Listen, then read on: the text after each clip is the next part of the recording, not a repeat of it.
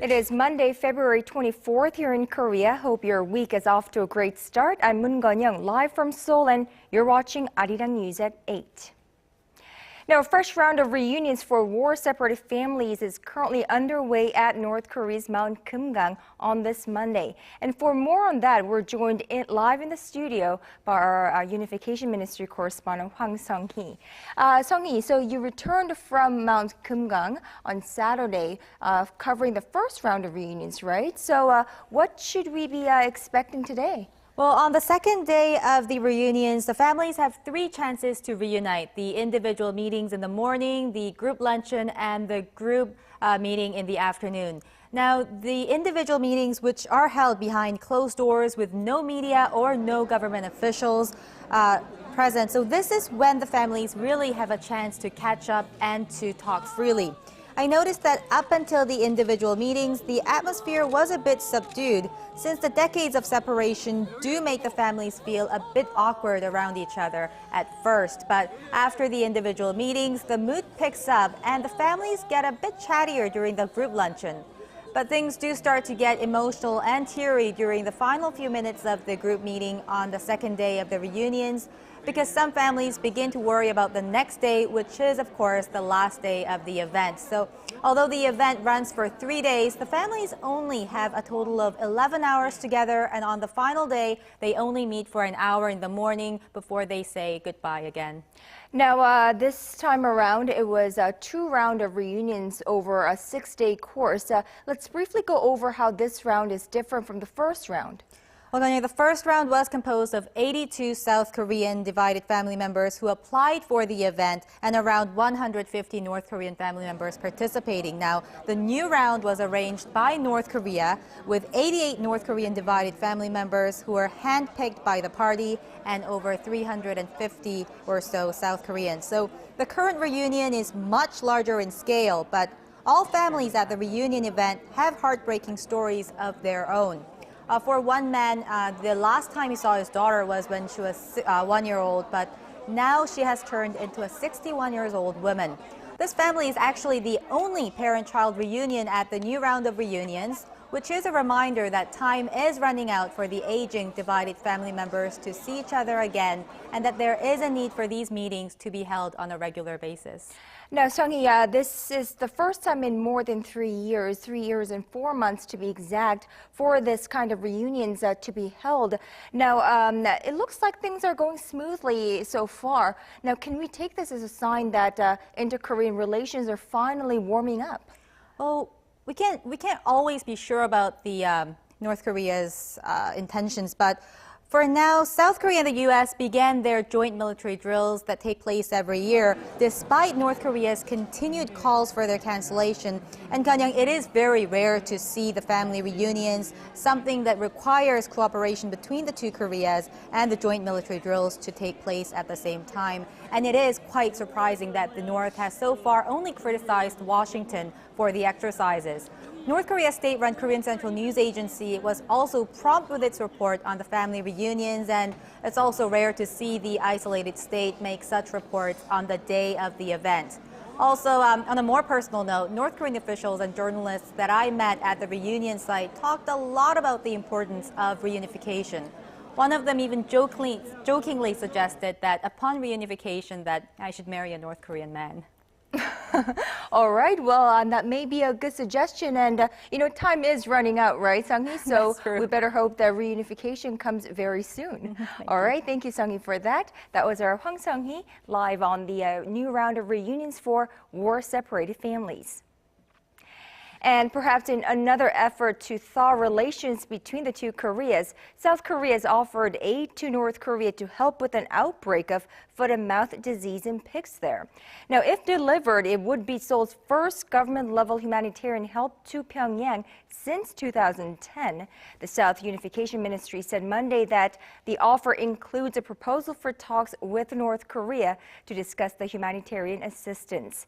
The North State News Agency reported last week that the animal disease had broken early last month and has since spread, infecting roughly 3,200 animals.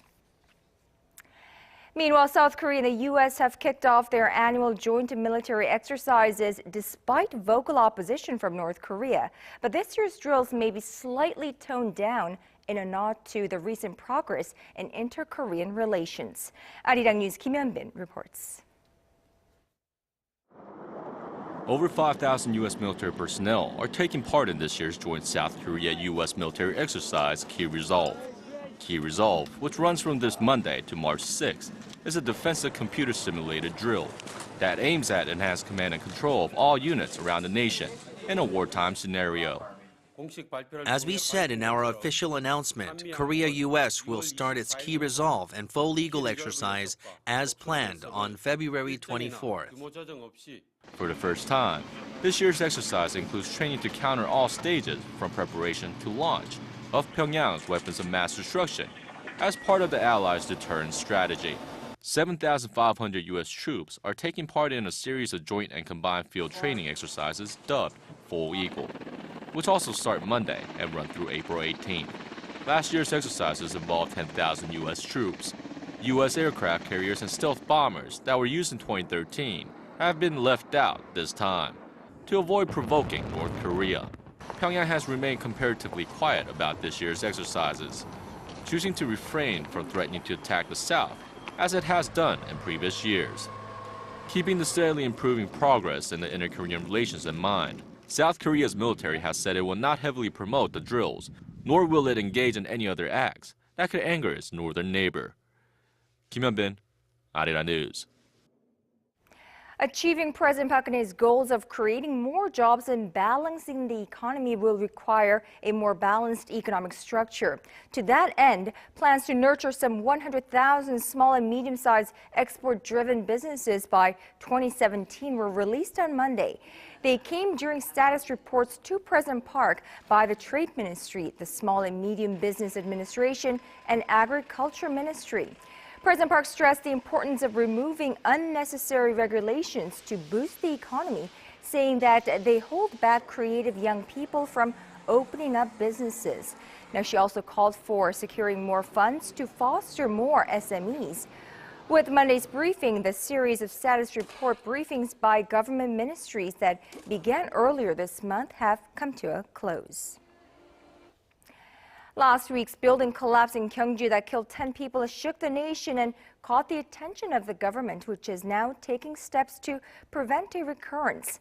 Lawmakers were told about those steps on Monday during a parliamentary Land and Transport Committee hearing. Our Kim Hyun-gil reports. The Minister of Land, Infrastructure and Transport said his organization is doing all it can to ensure that incidents such as last week's roof collapse in Gyeongju will never happen again. The ministry is doing all it can to prevent such accidents from happening again. We're reviewing building safety codes and revising the construction regulations for buildings with lightweight steel frames. The collapse left 10 university students dead and more than 100 buried. The government said it will inspect more than 40 public institutions in the eastern part of Gangwon-do province, which had been hit with heavy snow in the days leading up to the collapse. The minister's comments were part of a briefing by top officials from the Land Ministry at the National Assembly on this Monday. Lawmakers also got a briefing from the head of the agency overseeing a project to relocate government ministries and agencies to the new administrative city of Sejong. The second phase of the relocation was successfully completed last December. This year will be the third and final phase in which more state agencies will move to Sejong City. We will do our best to bring about a smooth transition. He said he expects the population to increase to 80,000 by the end of the year from the current 30,000. The Land Ministry also said it will push to reduce the debt held by public corporations by roughly $11 billion this year and $22 billion by 2017. To do that, they plan to sell off the corporation's assets and reform lax management practices. Kim Hyun-gil, ARIRANG News.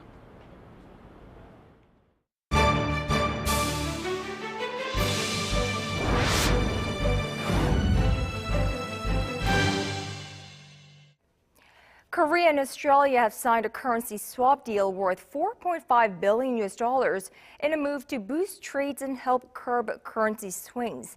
Now, according to the Bank of Korea, the deal signed by the country's central bank governors will allow the two nations to purchase and repurchase each other's currency of up to 5 trillion won or 5 billion Australian dollars. The three-year deal, which is renewable upon agreement, will allow greater flexibility for businesses to use local currencies for trade that have been commonly settled in U.S. dollars. The Korean government has been seeking to take advantage of currency swap deals to settle trade payments with its own currency and to reduce its dependency on the U.S. dollar. Australia is Korea's 7th largest trading partner. So in order to boost trade between the two nations and help reduce currency fluctuations, Korea and Australia signed this three-year currency swap agreement worth $4.5 billion. Now, for the anticipated benefits for each country and its impact on bilateral relations, we're joined live in the studio by Hwang Sung-hee, professor at Hankuk University of Foreign Studies Law School. Professor Hwang, welcome to the program. Thank you for having me. Now, for those of us not all that familiar with this currency swaps, could you first go over what it is and, what kind of backdrop this Seoul-Canberra deal comes against? I think you described it quite well. It's a three-year deal. On the Korean side, we can swap Australian dollars up to 5 trillion Korean won for 5 billion Australian dollars. And what it does is to really settle down the financial markets, which have been in turmoil. I think that is the biggest backdrop in this story. That is, in the past few weeks, we have seen markets in Turkey, Brazil, Indonesia caught up in turmoil. And I think Korean policymakers as well as Australian policymakers are trying to get ahead of the curve in order to prevent such turmoil to reaching their shores. Now, Korea in recent years have sought to guard against financial turmoil by signing these swap deals with actually other countries. And just last October, it signed deals with Indonesia and the UAE. But this one with Australia is different from the previous ones, right? That's correct. This currency deal differs from the ones with UAE, Indonesia in a couple of aspects. One is that Australia, probably in the minds of financial market participants, is considered an advanced Western country. On the other hand, although Australian dollars, quite a well-respected currency in the world, is not a so-called reserve currency. Reserve currency is what central banks and international payments actually use to settle payments.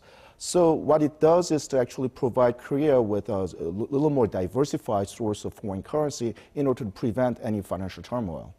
Now, what kind of added effects do we expect from this swap deal? I mean, on the side of the Korean economy, how will this benefit the Korean economy? Just to give you a little more background on sort of the mindset of the Korean policymakers, probably the biggest nightmare that Korean policymakers have probably dates back to 1997, 1998 Asian financial crisis. We definitely don't want a repeat of that. So against that backdrop, what this swap deal does is to provide a diversified source of foreign currency that Bank of Korea can use in order to calm the markets down. On the other hand, the biggest weapon that Korea has in preventing another financial turmoil like the Asian financial crisis is actually the foreign currency reserve. Korea actually has over $337 billion in foreign currency reserve. Now, this deal is worth about 4.6 US dollars. So if you compare the magnitude, this is just sort of a nice sidearm to use on top of the already large foreign currency reserve. Now, this Korea-Australia currency swap deal will take effect next year, if I know correctly. Now, will this have any impact on the Seoul-Canberra Free Trade Agreement? So as far as various reports coming in from Canberra as well as Seoul, is that the FTA is almost at the final stages. So it seems like the negotiators have been working on it very hard for past few years, and major points seem to already have been negotiated. But if you think about sort of the government structure, the people who negotiate the FTA deals and people who work on these swap deals are sort of different people. The trade team used to be at the Ministry of Foreign Affairs, now the Ministry of Trade, whereas a swap deal is basically basically worked out by the Bank of Korea. Same for Australia. So what this means that this swap deal, although the press release talks about bilateral trade, what it actually does is to calm the financial markets down. And recently we saw a lot of turmoil in the emerging market financial markets. And just recently there was a G20 finance ministers where people talked about international coordination. I think what this swap deal does is to further that goal, to calm the markets down, and Korea can go out to the international financial markets and say, look, we have even bigger weapon. We already have large foreign exchange reserve, but we have additional weapons that we can use. So I think this will definitely reduce the volatility in the foreign exchange market. So definitely an arm that Korea can use as it diversifies the foreign exchange currency reserves that it already has. All right, Professor Hwang Sung-hee at Hankuk University of Foreign Studies Law School, thank you so much for speaking with us this evening. We appreciate it. Thank you very much.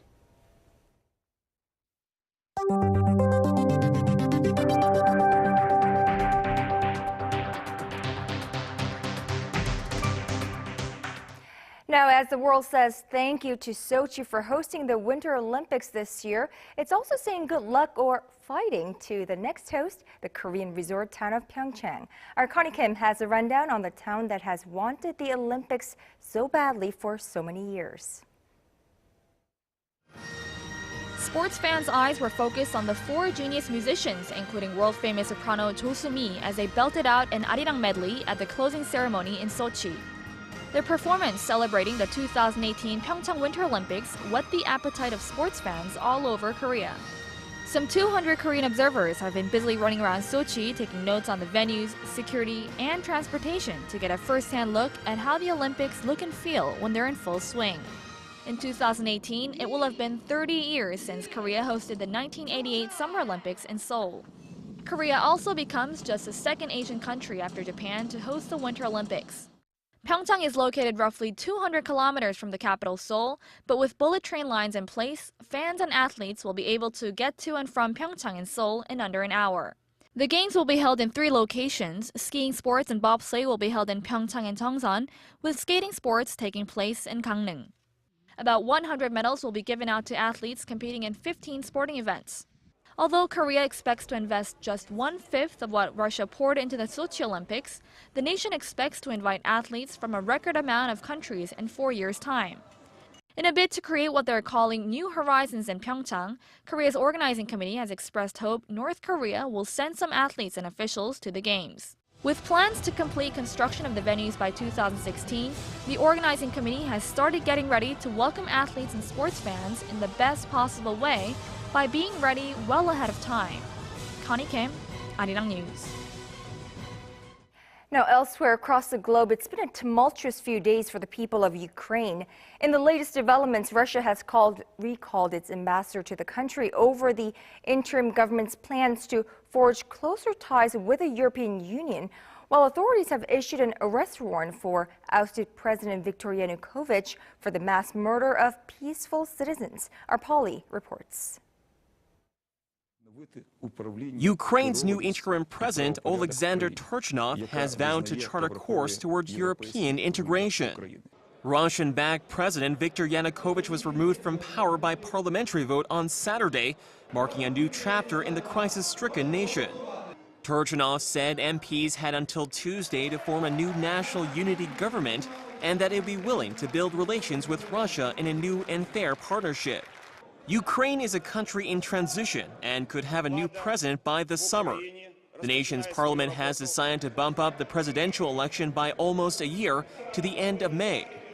In other developments, authorities issued an arrest warrant for ousted President Yanukovych and other officials on Monday on charges of the mass murder of citizens during protests. Yanukovych's whereabouts are currently unknown. Amid the rapidly changing political situation, Russia denounced the removal of Yanukovych, recalling its Kiev ambassador and threatening to freeze a $15 billion bailout package. On Sunday, European allies and the United States warned Russia not to send its forces into Ukraine. That would be a grave mistake. It's not in the interest of Ukraine or of Russia or of Europe or the United States to see the country split. But as dawn broke over Independence Square in Kiev early Monday, Exhausted Ukrainians paid their respect to the hundreds who died in violent protests over the past 2 weeks. Yes, I hope there will be changes and everything will be normal. That's what we are standing here for, and that's what people died for. Paul Yi, ARIRANG News.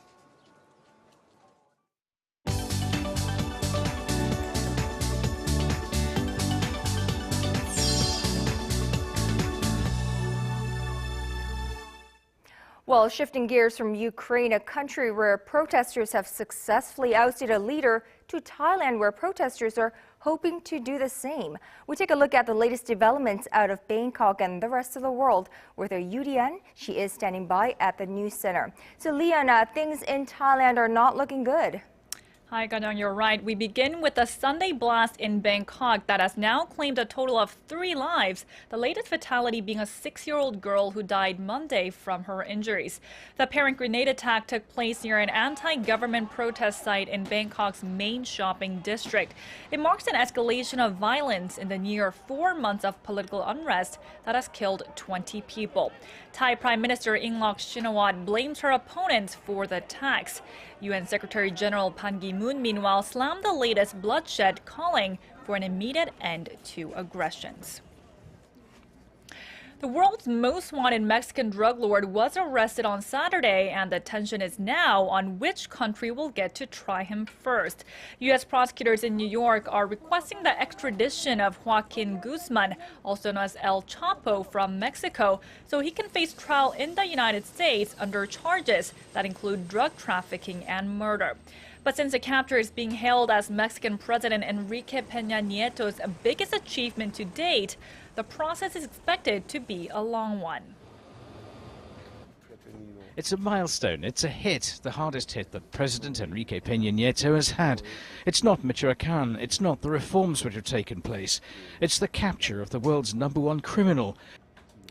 The organization that Guzman heads, the Sinaloa cartel, is believed to have smuggled billions of dollars worth of drugs into the U.S.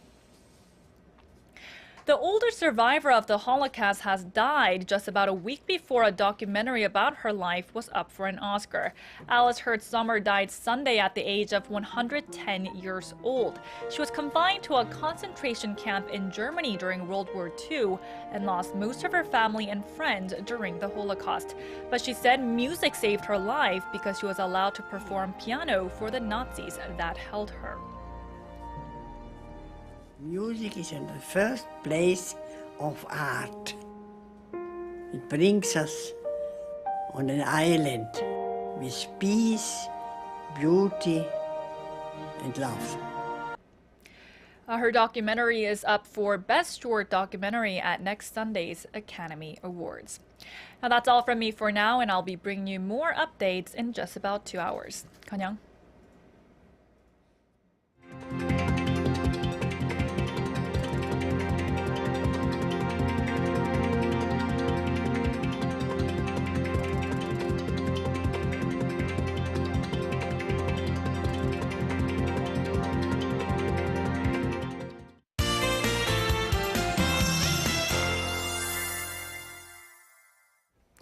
Time now to get a check on the weather conditions, and for that, let's go over to our Kim Bo-kyung standing by at the Weather Center.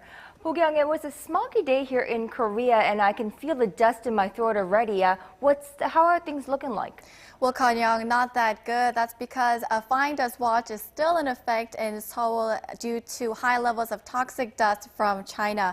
Well, normally we would see about 40 micrograms per cubic meter of fine dust. However, the current readings say that Seoul is seeing 172 micrograms per cubic meter. And in western regions, including Daegu, more than 100 micrograms are being recorded. So it is imperative that children and the elderly wear masks specifically made to keep out the fine dust. As for the weather, we're currently seeing clear skies across the map due to a high pressure system. Now, tomorrow morning, numbers will hit 3 degrees on Mount Kumgang, where the second round of family reunions are scheduled to come to an end. As for the south, most parts of the country will start off the morning at around -1 degrees before jumping to the low to mid-teens degrees in the afternoon.